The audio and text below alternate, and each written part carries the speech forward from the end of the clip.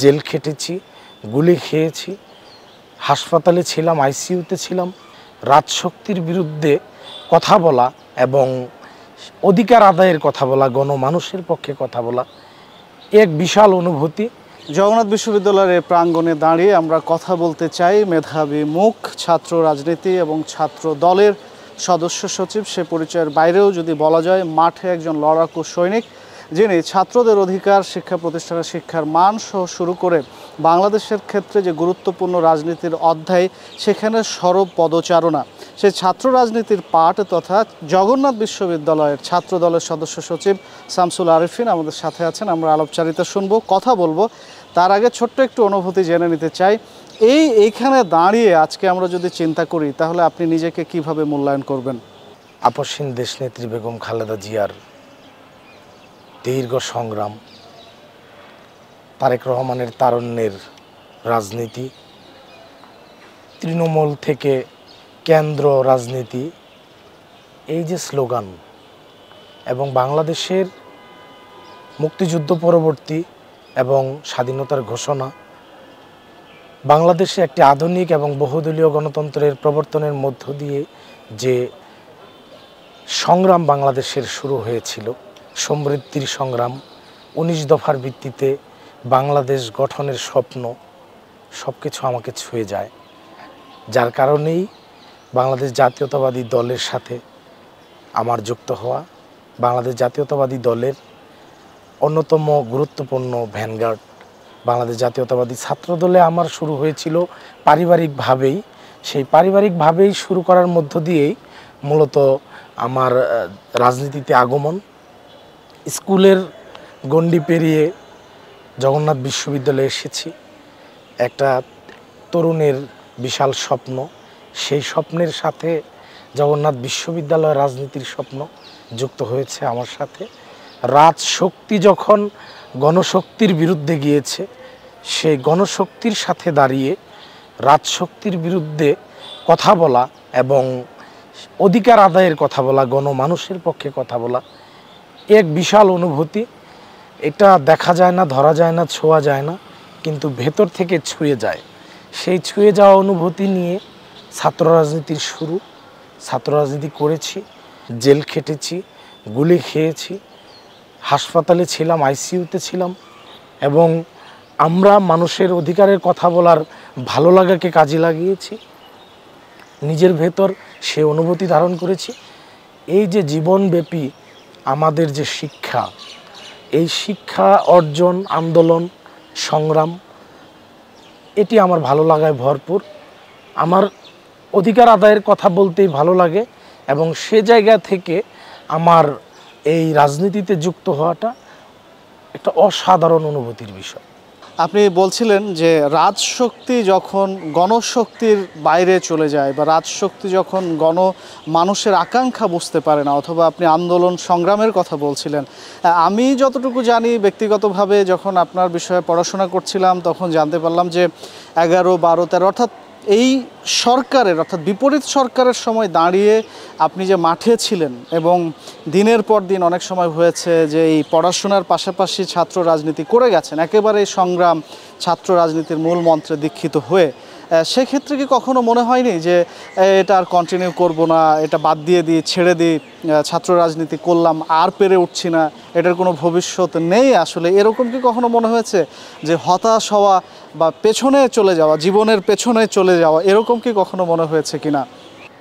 জীবনকে মানুষ যখন স্পর্শ করতে পারে তখন তার ভয় বলতে কিছু থাকে না, হতাশা বলতে কিছু থাকে না। আমি সবসময় নিপীড়ন, নির্যাতনের বিরুদ্ধে অধিকার আদায়ের কথা বলায় সবসময় নিজেকে অনুপ্রাণিত বোধ করেছি এবং আমি এটাকে উপভোগ করেছি। অস্ত্রের বিপরীতে, বুলেটের বিপরীতে নিজেকে যখন মানুষের জন্য অধিকার আদায়ের কথা বলেছি, 2 হাত উপরে তুলে যখন স্লোগান দিয়েছি মানুষের পক্ষে এবং গণতন্ত্রের পক্ষে, তখন আমি অনুভব করেছি যে হিমালয়ের মতো, নজরুলের মতো আমি এক অধিকার আদায়ের কবি হয়ে গিয়েছি। আমার এই অনুভূতিটা অসাধারণ। তো এই অসাধারণ অনুভূতি থেকে কখনো হতাশ হওয়ার বিষয়টা চিন্তায় আসেনি। রাজনৈতিক ধারায় আরেকটি চ্যালেঞ্জ আমাদের সামনে সবসময় ছিল, জুজুর ভয় দেখিয়ে বিভিন্নভাবে গণতান্ত্রিক ধারাকে, রাজনৈতিক ধারাকে একদম নিষ্পেষিত করে ছোট জায়গায় নিয়ে এসে শুধু একদলীয় সরকারের যে প্রচেষ্টা ছিল, একদলীয় সরকারে আনার যে একটা ভয়াবহ রকম নিপীড়ন, দেশীয় এবং আন্তর্জাতিক ষড়যন্ত্র ছিল, সেই ষড়যন্ত্রের বিরুদ্ধে এবং আমাদের জাতীয়তাবাদী দলকে, বিএনপিকে উগ্রবাদী দল হিসেবে প্রমাণ করার যে চেষ্টা ছিল, সেই চেষ্টার বিপরীতে অপরিসীম ধৈর্য নিয়ে, আপোষহীনতা নিয়ে এবং তারেক রহমানের পরিশ্রম দিয়ে যেভাবে দলকে একটা রাজনৈতিক ধারায়, গণতান্ত্রিক ধারায়, একটা নিরস্ত্র ধারায় রেখেছে, এ এক অসাধারণ অনুভূতি। এটা আসলেও অনেকেই অনুভব করতে পারে না। যারা অনুভব করতে পারে না তারা অনেক সময় বিএনপিকে বলে যে গান্ধীবাদী, নিরীহ, তারপর বলে যে রাজপথে শক্তি দেখাতে পারে না, এ জাতীয় কথাবার্তা বলে। কিন্তু আসলে শক্তি দেখানোর অনেক ব্যাপারই ছিল, কিন্তু আমাদের কড়া নির্দেশনা ছিল এবং তারেক রহমান যখন নেতৃত্বে আসে এবং অবশ্যই দেশনেত্রী বেগম খালেদা জিয়া আমাদেরকে এমন একটি ধারায় রাজনীতি করতে শিখিয়েছেন এবং আমাদেরকে এমন একটি রাজনৈতিক ধারায় চলতে বলেছেন যে ধারাটি গণতান্ত্রিক, গণশক্তির এবং মানুষকে, সকলকে নিয়ে অংশগ্রহণের মধ্য দিয়ে, এটাকে বলে যে নিরস্ত্র ধারা, যে ধারার মধ্য দিয়ে মানুষ অধিকারের কথা বলবে, সেই অধিকারের কথা বলার কারণে একের পর এক মানুষ বৃদ্ধি পেতে থাকবে এবং এই বৃদ্ধি পাওয়ার মধ্য দিয়ে 1 যখন 2 হবে, 2 যখন 4 হবে, 4 যখন 4 লক্ষ হবে, 4 লক্ষ যখন 4 কোটি হবে, এই রকম একটি ধারা সর্বশেষ 17 কোটি মানুষের, 18 কোটি মানুষের ধারায় চলে এসেছে বাংলাদেশ। এই যে একটা রাজনৈতিক ধারা তৈরি করা এবং পথ প্রদর্শক হিসেবে দেশনেত্রী বেগম খালেদা জিয়া এবং তারেক রহমানের দেখানো যে একটি ধারা, সেই ধারা রাজনীতি কিন্তু আমরা 5 তারিখ পরবর্তী সময়ে এসেও এখন আমরা দেখতে পাচ্ছি যে এই ধারাটাই আসলেও মূলত আমাদের রাজনৈতিক ধারা। আর আরেকটি কথা আমি বলবো যে রাজনৈতিক পরিশীলন এবং নিপীড়ন বিরোধী যে অবস্থান, সেই অবস্থান আসলেও একটা ধারাবাহিক প্রক্রিয়া। রাজনীতি এবং মানব সমাজ, আমাদের সমাজের ধারাটা ধীরে ধীরে ধারাবাহিকভাবে পরিচালন হয়। এই পরিশীলনের মধ্য দিয়ে আসলে একটা সমাজ ব্যবস্থা এবং রাষ্ট্র ব্যবস্থা যেতে হয়। তো সেই জায়গাগুলো আমরা প্র্যাকটিস করে করে, ধৈর্য ধরে এবং মানুষের পাশে থেকে, মানুষের সাথে থেকে, আন্দোলন সংগ্রামে মানুষের কথা বলে আমরা যে একটা প্রক্রিয়ার মধ্যে দিয়ে গিয়েছি, সেই প্রক্রিয়া গণতান্ত্রিক প্রক্রিয়া, সেই প্রক্রিয়া সকলের মতাদর্শের প্রতি শ্রদ্ধাশীল থাকার প্রক্রিয়া, সেই প্রক্রিয়া আমাদেরকে বারবারই অনুপ্রাণিত করেছে, কখনো হতাশ করেনি। আপনি নজরুলের কথা বলছিলেন, আপনি আপনার দর্শনের কথা বলছিলেন, রাজনৈতিক সচেতনতার কথা বলছিলেন। মানুষ হিসেবে অনেক সময় আবেগ তাড়িত ব্যাপার থাকে, আবেগ হয়তো মানুষকে অনেক সময় নিয়ন্ত্রণ করেন। কিন্তু আজকে এই জায়গায় দাঁড়িয়ে আমরা অন্তত আপনাকে নিয়ে এটা বলতে পারি না যে অন্তত আপনি আবেগের কাছে কম্প্রোমাইজ করেছিলেন বা আবেগ আপনাকে ধেয়ে ফেলেছিল। কারণ উত্তাল সময়ে, রাজনীতির মাঠের উত্তাল সময়ে আমরা দেখেছি আপনি স্লোগানে স্লোগানে রাজপথে থেকেছেন, আপনি জেলখানায় থেকেছেন, আপনি যেমন বলছিলেন, এগুলো কিন্তু অনেক সময় মানুষকে আবেগ ভর করে। সেই জায়গা থেকে আজকে এই জায়গায় এসে, আজকে এই সময়, অর্থাৎ আমরা যদি ধরে নিই এখন আপনাদের ক্ষেত্রে, ছাত্র দলের ক্ষেত্রে ছাত্র রাজনীতির সুসময় চলছে, তা আপনি সদস্য সচিব হয়েছেন, এটাকে ধরে নেওয়া যায় একটি শীর্ষ পর্যায়ের পদে। এই যে সফলতা, এটাকে আপনি কিভাবে মূল্যায়ন করেন? আমি যদি বলি যে না, আপনি এখনই এসে বসে গেছেন, এই ভালো সময় আসলো, সুসময় আসলো, আপনাকে একটা পদ দেওয়া হয়েছে, বিষয়টা আসলে না, এই ঘটনাটি না। আমরা জানতে চাচ্ছি যে এই যে আপনার এই পথ চলা, কখন মনে হলো সেটা যে আপনাকে ছাত্র রাজনীতি করতে হবে? এটাকে হাই স্কুল জীবনে মনে হচ্ছে? আপনি বলছিলেন অবশ্যই যে ছাত্র রাজনীতি থেকে বা একেবারে স্কুল জীবন বা পড়াশোনা থেকে। তো সেক্ষেত্রে এই যে লড়ে যাওয়ার মানসিকতা, আপনার কাছে কি মনে হয় পরবর্তীতে যারা ছাত্র রাজনীতিতে আসবে বা এখন যারা নতুন হিসেবে ছাত্র রাজনীতি করছে, তাদের ক্ষেত্রে আপনার কি বার্তা মনে হয় বা তাদেরকে আপনি কি বার্তা দিবেন আসলে এই ছাত্র রাজনীতি সম্পর্কে? রাজনীতিতে আবেগের জায়গা নেই, কিন্তু আমরা যে দীর্ঘ 16-17 বছর আন্দোলন সংগ্রাম করেছি এবং রাজনীতির সাথে ছিলাম, এই সময়টা না একটা দীর্ঘ আবেগের মধ্য দিয়ে গিয়েছে। আবেগটা কীরকম? আবেগটা হচ্ছে যে আমরা একটি গণতান্ত্রিক বাংলাদেশ পাব। আমরা জিয়াউর রহমান সম্পর্কে যে কথাগুলো শুনেছি, যে বহুদলীয় গণতন্ত্রের প্রবর্তন, বহু বহু মতের বহিঃপ্রকাশ, এই যে একটা আবেগ, যে সকলে তার মতাদর্শ প্রকাশ করবে, সকলে তার কথা বলতে পারবে, তার নিজের কথাগুলো বলতে পারবে, সে তার নিজের প্রতিবাদটা করতে পারবে, এই যে একটা স্বপ্ন, যে জিয়াউর রহমানের বাংলাদেশটা কেমন বাংলাদেশ ছিল, আসলে এই আবেগের বহিঃপ্রকাশটা কেমন ছিল, এই চর্চার ভেতর থেকে না আমরা যখন আমাদের মুরব্বী, আমার দাদির কাছে গল্প শুনতাম, জিয়াউর রহমান আসলেন, বাংলাদেশকে জয় করে ফেললেন। কিভাবে? 19 দফার ভিত্তিতে, মোটা চাল মোটা কাপড় নিশ্চিত করার ভিত্তিতে বিভিন্ন সেক্টরে যত মেধাবী ব্যক্তি আছেন তাদেরকে নিয়ে এসে একটা সুন্দর বাংলাদেশ গড়ে ফেললেন। মানে একটা বিশৃঙ্খল, 71-এর পর 75 আসলো, একটা বিশৃঙ্খল বাংলাদেশ হলো। সেই বাংলাদেশ যখন বাংলাদেশ টিকবে কি টিকবে না এরকম একটা আশঙ্কা তৈরি হইলো, সেই আশঙ্কার ভিতরে জিয়াউর রহমান আসলেন, জয় করলেন, পুরো বাংলাদেশের মানুষকে জয় করলেন। এবং আমরা একটা কথা শুনি, জিয়াউর রহমান যখন শাহাদাত বরণ করেন তখন বলছিল, মানে মানুষ একটা কথা বলতো যে একটা কফিনের পিছনে পুরো বাংলাদেশ। মানে এই একটা কথা না আমাদেরকে দারুণভাবে অনুপ্রাণিত করছে, যে একটা কফিনের পিছনে সারা বাংলাদেশ কিভাবে চলে আসে তার কর্ম, মেধা, চিন্তা চেতনা, দেশের প্রতি এবং দেশের সার্বভৌমত্বের প্রতি ওনার যে ভালোবাসা, এটা কিন্তু আমাদের একটা ভিতর থেকে একটা আবেগ তৈরি করেছিল। সেই আবেগের মধ্য দিয়ে আমরা 2009 সালে যখন জগন্নাথ বিশ্ববিদ্যালয়ের ক্যাম্পাসে আসি, এর আগে ছোটোবেলায় স্লোগান দিত, বাবা চাচারা স্লোগান দিত, ছোটো ভাইরা স্লোগান দিত, বড় ভাইরা স্লোগান দিত, তাদের কাছে দেখে শিখে রাজনীতিতে আসা।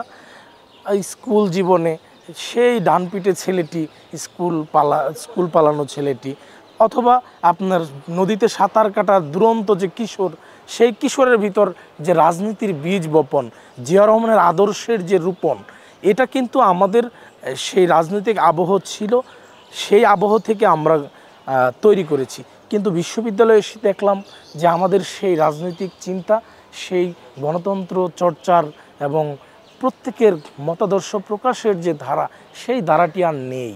জিয়া রহমানের দেখানো যে স্বপ্নের বাংলাদেশ, আধুনিক বাংলাদেশ, জিয়া রহমানের দেখানো যে গণতন্ত্রের বাংলাদেশ, বহুদলীয় চর্চার, মতাদর্শ চর্চার যে বাংলাদেশ, সেই বাংলাদেশটি আর নেই। সেই বাংলাদেশটি কোথায় গেল? একটি সরকার ফ্যাসিস্ট হয়ে গেল, ফ্যাসিস্ট হওয়ার গল্প তৈরি হইল, চারদিকে নিপীড়ন, নির্যাতন, অত্যাচারের মধ্য দিয়ে মানুষকে নিষ্পেষণ করা হলো। সেই অবস্থা দেখে তখন মনে হলো, না, এই বাংলাদেশকে তো আমাদের ফিরিয়ে আনতে হবে। যেমন তারেক রহমান কিন্তু একটি স্লোগান দিয়েছেন, take back Bangladesh. Take back Bangladesh কোন বাংলাদেশ? সেই বাংলাদেশ, যে বাংলাদেশে সবাই কথা বলতে পারে, একজনও তার প্রতিবাদ করতে পারে। জিয়া রহমানের সামনে দাঁড়িয়ে যেরকম বিরোধিতা করতে পেরেছে, সেরকম বিরোধিতা করতে পারে। সে একটা স্বপ্নের বাংলাদেশ, সে এক আবেগের বাংলাদেশ। সে আবেগের বাংলাদেশ আমাদের দেশনেত্রী, আপসহীন দেশনেত্রী বেগম খালেদা জিয়া, একটা ষষ্ঠ কাউন্সিলে একটা স্লোগান ছিল, যখন আমরা কেবলই বিশ্ববিদ্যালয়ে এসেছি, আমরা কিছু রাজনীতি করেছি, তখন কিছু একটা কথা, যে নানান দেশের নানান জাতের নানান মত, দেশ বাঁচাতে ঐক্যমত, দেশ বাঁচাও মানুষ বাঁচাও। কি এক ভালোবাসা দেশের প্রতি, সার্বভৌমত্বের প্রতি। আপনার দীর্ঘ সংগ্রাম বা লড়ে যাওয়ার কথা শুনছিলাম, শুনছিলাম যে আপনি কি করে ছোটবেলা থেকে নিজেকে একজন ছাত্র রাজনীতিবিদ হিসেবে বা রাজনীতি সচেতন করে তুলেছেন, সেটি আমরা পর্যায়ক্রমে শুনেছি। তবে যে প্রশ্নটি বারবার এ সময় আসবে, যে 36 জুলাইয়ের যে আন্দোলন সংগ্রামের গল্প, একেবারে বেয়োনেটের সামনে দাঁড়িয়ে আপনি বলছিলেন, যখন কথা হচ্ছিল অফ ক্যামেরায়, তখন আপনি বলছিলেন সেই 36 জুলাই এবং রিসেন্টলি আমরা দেখলাম যে আপনাদের নেতৃত্বে, বিশেষ করে জগন্নাথ বিশ্ববিদ্যালয়ের দাবি দেওয়া কেন্দ্রিক করে যে আন্দোলনটি হলো, আপনাদের যৌক্তিক দাবি দেওয়ার ক্ষেত্রে আপনারা বলছিলেন সেই আন্দোলন, প্রত্যেকটা আন্দোলনেই দেখেছি আপনার বা আপনাদের দলের সরব উপস্থিতি এবং সেটা স্বপ্রণোদিত হয়ে। এইটিকে আপনি কিভাবে মূল্যায়ন করবেন? এই যে লড়ে যাচ্ছেন, সেটা যে নিরবিচ্ছিন্ন একটা প্রক্রিয়ার মধ্য দিয়ে যাচ্ছে এবং সেটা দৃশ্যমান হচ্ছে। কেন দৃশ্যমান হচ্ছে বলে নিই যে তখন এই রিসেন্টলি যে আন্দোলন হলো, পেপার পত্রিকা সব কিছুতেই আপনার সাক্ষাৎকার গেল, আপনাদের দাবি দেওয়ার বিষয়গুলো গেল, আপনারা কথা বললেন এবং সেই জায়গা থেকে একটা সময় গেছে। সে বিষয়গুলো নিয়ে আসলে জানতে চাই এবারে, যে এই আন্দোলনের এই সময়টুকু ধারণ করে 24-এর গণঅভ্যুত্থান, এখানে আমাদের ছাত্রদলের প্রায় 150-র মতো ভাইয়েরা বোনেরা নিহত হয়েছেন, শহীদ হয়েছেন। পুরো বিএনপির প্রায় 450-র মতো শহীদ হয়েছে, ছাত্রদলের সেখানে 150-র মতো। আপনারা জানেন যে 19 তারিখে যে বড় ধরনের প্রতিরোধ হয়েছে, সেই প্রতিরোধে কিন্তু অনেক বেশি হতাহত নিহত হয়েছে। পাশাপাশি 4 তারিখে একটা বড় ধরনের ম্যাসাকার হয়েছে। এই দুইটা কারণে আমাদের যে রক্তক্ষয়ী সংঘর্ষ বিভিন্ন জায়গায়, বুলেটের সামনে দাঁড়ানো, এই বুলেটের সামনে দাঁড়িয়ে আমরা যখন অধিকারের কথা বলেছি, ভেতর থেকে একটা শিহরণ এসেছে, জিয়াউর রহমানের আদর্শের শিহরণ, আপসহীন দেশনেত্রী বেগম খালেদা জিয়ার বৃদ্ধ বয়সেও জেলে থেকে আপোষ না করার শিহরণ, আমাদের জনাব তারেক রহমান বিদেশের মাটিতে থেকে আমাদের সাথে দীর্ঘ 18-19 ঘন্টা আমাদের কানেক্টেড থাকার যে শিহরণ, নিরলস পরিশ্রমের শিহরণ, এই শিহরণ আমাদেরকে ব্যাপকভাবে আলোড়িত করেছে। এই আলোড়িত করার কারণে আমরা অধিকার আদায়ের জন্য মানুষের পাশে আসতে পেরেছি। আর আপনারা জানেন যে বিভিন্ন আন্দোলন নিয়ে পড়াশোনার ভিতর থেকে একটা জিনিস বুঝতে পেরেছি, যে আমাদের যে কোটা আন্দোলন, কোটার কথা, মানুষের অধিকারের কথা বলল, সেই কোটা আন্দোলনে এসে দেখা গেল একটা আন্দোলনে আমি একটা ব্যাপক সাদৃশ্য পেয়েছি তেভাগা আন্দোলনের। ওই যে মাটি খামচে বাঁচার যে একটা প্রবল আকাঙ্ক্ষা, প্রবল সংগ্রাম, সেই সংগ্রাম থেকে যেরকম তেভাগা আন্দোলন হয়েছিল, যে হেই সামালো ধান হো, কাস্তেটা দাও শান হো, আর দেব না, আর দেব না, রক্তে বোনা ধান হো। মানুষের রক্তে বোনা ধান সে আর নায়েব পায়েক পেয়াদা গুমস্তাকে দিবে না, সে নিজের কাছে রেখে দিবে, জমিদারকে দিবে না। জমিদারকে ততটুকু দিবে যতটুকু তার হিস্সা মনে করে, এর বেশি সে দিবে না, অন্যায়ভাবে দিবে না। একইভাবে যখন কোটা আন্দোলনের বিষয়টা আসলো, সেখানেও দেখা গেল যে আমি আমার মেধার মাধ্যমে যতটুকু চাকরি পাওয়ার কথা, আমার জনগণ, আমার মানুষ, আমরা পাবো সেটুকু আমরা পাবো পুরাটুকুই। আর যাদের প্রয়োজন, যারা আসলে অনগ্রসর, প্রকৃতই অনগ্রসর, শুধুমাত্র তারা সুবিধা ভোগ করবে, এর বাইরে কেউ করতে পারবে না। এই যে একটা দুইটা আন্দোলনের একটা সাদৃশ্য, এই সাদৃশ্যটা আমার মাথায় সব সময় ছিল। এই জন্যে মানুষের হয়ে, মানুষের সাথে থেকে আমরা যখন ওই যে আওয়াজ উঠা বাংলাদেশ, আমরা আওয়াজ তুলেছি। এবং এই আওয়াজের মধ্য দিয়ে বাংলাদেশে যে একটা সাংস্কৃতিক, আমাদের কিন্তু 24-এর গণঅভ্যুত্থানের ভেতরে কিন্তু একটা সাংস্কৃতিক বিপ্লব ছিল, এবং এই সাংস্কৃতিক বিপ্লবটা আস্তে আস্তে পাশাপাশি যখন অধিকার আন্দোলনের মিছিল, রাজপথে বুলেটের সামনে দাঁড়ানো, এই বিষয়গুলো সব একসাথে সমন্বয় হলো, তখন কিন্তু 24-এর গণঅভ্যুত্থান সংগঠিত হলো। আরেকটি বিষয় আপনারা জানবেন, যে আমাদের যে ফেরারি হওয়া মামলা, গুম, খুন, হত্যা, আমাদের ভাই বোনদের বা জাতীয়তাবাদী আদর্শের আরও যারা মানুষ আছে বিরোধী মতাদর্শের, যে যত ব্যবসা প্রতিষ্ঠান, বিভিন্ন বেঁচে থাকার যে মাধ্যম, সেই মাধ্যমগুলোকে যখন টেনে হিসড়ে নিয়ে যাওয়া হলো, আমাদের মানুষকে যখন থানায় নিয়ে যাওয়া হয়, সেখানে টাকা দাবি করা হয়, সর্বস্ব কেড়ে নেওয়া হয়, এই যে মানুষের নিপীড়ন, আত্মহাহাকার, মানুষের যে বেঁচে থাকার যে অবলম্বন, সেগুলো কেড়ে নেওয়ার যে বিষয়টা, সেই একই সাথে তেভাগার সাথে কিন্তু একটা মারাত্মক সাদৃশ্য তৈরি করে। একটা ব্যাপকভাবে মানুষ অংশগ্রহণের একটা অনুপ্রেরণা, একটা দ্রোহ, একটা ব্যাপক দ্রোহ থেকে বিদ্রোহ হয়ে যায়। সেই জায়গাটা থেকে আমাদের মানুষ অনুপ্রাণিত হয়ে একসাথে স্লোগান দিয়েছে যে লাখো শহীদের বাংলায় বৈষম্যের ঠাঁই নাই। আমরা তখনই স্লোগান দিয়েছি যে সবার আগে বাংলাদেশ, এই বাংলাদেশের মুক্তি চাই, বাংলাদেশের মুক্তি এবং গণতন্ত্রের মুক্তি, গণমানুষের মুক্তি চাই। এর মধ্য দিয়ে তৈরি হয়েছে আমাদের দ্রোহ। আমরা যখন মার্চ টু যমুনায় গিয়েছি অধিকার আদায়ের কথা বলতে গিয়ে, সদ্য গণঅভ্যুত্থানোত্তর বাংলাদেশে, যেখানে প্রত্যেকের কথা বলার অধিকার থাকবে, এবং আমাদের একটা ভিউ পয়েন্ট ছিল, সেই ভিউ পয়েন্টটা হচ্ছে যে 24-এর গণঅভ্যুত্থানে অসাধারণ ভূমিকা শিক্ষার্থীরা নিয়েছে। সেজন্যে 24-এর বাংলাদেশ হবে, গণঅভ্যুত্থানের বাংলাদেশ হবে, শিক্ষার্থীদের বাংলাদেশ, শিক্ষাবান্ধব বাংলাদেশ, শিক্ষার ব্যাপক সংস্কার হবে এবং শিক্ষাকে এমন একটা জায়গায় নিয়ে যাওয়া হবে যেখান থেকে শিক্ষার্থীরা অনুভব করবে যে আমরা মননশীলতার চর্চা, চিন্তার চর্চা, অধিকারের চর্চা এবং রাষ্ট্রকে মানুষের কিভাবে করা যায়, গণশক্তির কিভাবে করা যায়, রাজশক্তিকে গণশক্তির কিভাবে করা যায়, এই চর্চার সমন্বিত রূপ হবে বিশ্ববিদ্যালয় এবং সেই জ্ঞান এবং সেই মানুষের যে অপার সম্ভাবনা, সেই সম্ভাবনা তৈরি করার স্থান হবে বিশ্ববিদ্যালয়। কিন্তু আমরা যখন মার্চ টু যমুনায় গেলাম তখন দেখলাম যে আমাদেরকে আঘাত করা হলো, অকল্পনাতীত একটা বিষয়। এই যে কল্পনাতীত বিষয়টা হয়েছে, এর আগে যমুনাতে আরেকটি সংগঠন বা কিছু লোক গিয়েছিল যাদেরকে ঠান্ডা পানি স্প্রে করা হয়েছে, আমাদেরকে দেওয়া হয়েছে বুলেট। তো সরকারের রাজশক্তির ভাষা ভিন্ন হয়ে গেল দুটো জায়গায়। তো রাজশক্তিকে আমরা যেভাবে গণশক্তির সমন্বিত রূপ হিসেবে পাবো বলে চিন্তা করেছিলাম সেটা কিন্তু আমাদের হয়নি। তখন আমরা অধিকারের কথা বলে সেখানে স্লোগান দিয়েছি, আমরা সেখানে দাঁড়িয়েছি এবং দাঁড়িয়ে থেকে সাধারণ শিক্ষার্থীদের হয়ে আমরা কথা বলেছি এবং এই কথা বলার মধ্য দিয়ে আমরা বোঝাতে চেয়েছি এবং বলতে চেয়েছি যে রাজশক্তি তুমি গণশক্তির হয়ে যাও এবং গণশক্তি এবং রাজশক্তির সমন্বিত রূপ হোক গণতান্ত্রিক এবং মতাদর্শের বাংলাদেশ, যেখানে মানুষের অধিকারের কথা বলা যায় এবং অধিকারের কথার মধ্য দিয়েই মানুষ সংগ্রাম করে, রাষ্ট্রকে ধারণ করে, রাষ্ট্রযন্ত্র জনগণকে এবং গণশক্তিকে ধারণ করে। শৈশবের ছায়া মানুষের জীবনে সবসময় থাকে, এটাকে আসলে এড়ানো যায় না। আপনার সেই শৈশবের দুরন্তপনা থেকে শুরু করে সচেতনতা, সেগুলো একটা ব্যাপার আছে।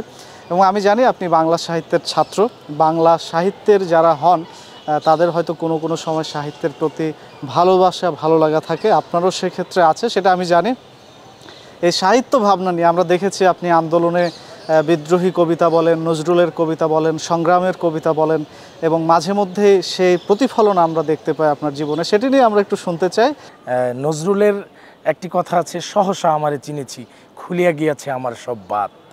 মানুষের যখন মিছিলের প্রেম হয়, যখন মিছিলের দ্রোহ ভেতরে আসে, তখন আসলেও জীবনকে যখন বুলেটের সামনে নিয়ে যাওয়া হয় তখন কিন্তু সত্য এবং সুন্দর, শোষণ নিপীড়ন, সত্য এবং সুন্দর এর মাঝে যখন ব্যবধান তৈরি হয়ে যায় তখন কিন্তু জীবন কত সুন্দর, ভয়হীন চিত্তের কত শক্তি এবং সেখানে গণশক্তির সাথে রাজশক্তির যে লড়াই, যে বকে যাওয়া রাষ্ট্রশক্তির বিরুদ্ধে দাঁড়িয়ে মানুষের যে স্লোগান, সেই স্লোগানে কিন্তু অসাধারণ রূপে মানুষের সাহস শক্তির সঞ্চার হয়, ভয়হীন চিত্তের সঞ্চার হয়। সেই চিত্ত যখন সত্যের কথা বলে সেখানে সেটাই সাহিত্যের কথা, সেটাই জীবনের কথা। মানুষ তার আপন ভোলা মনে গেয়ে ওঠে অধিকারের কথা, মুক্তির মন্দির সুপন তোলে।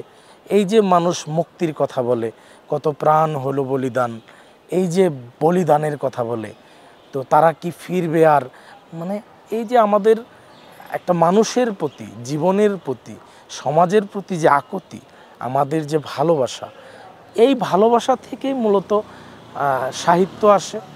এই দায়বদ্ধতা থেকেই মূলত আমরা গেয়ে উঠি বিভিন্ন কথা, মানুষের কথা এবং জীবনের কথা।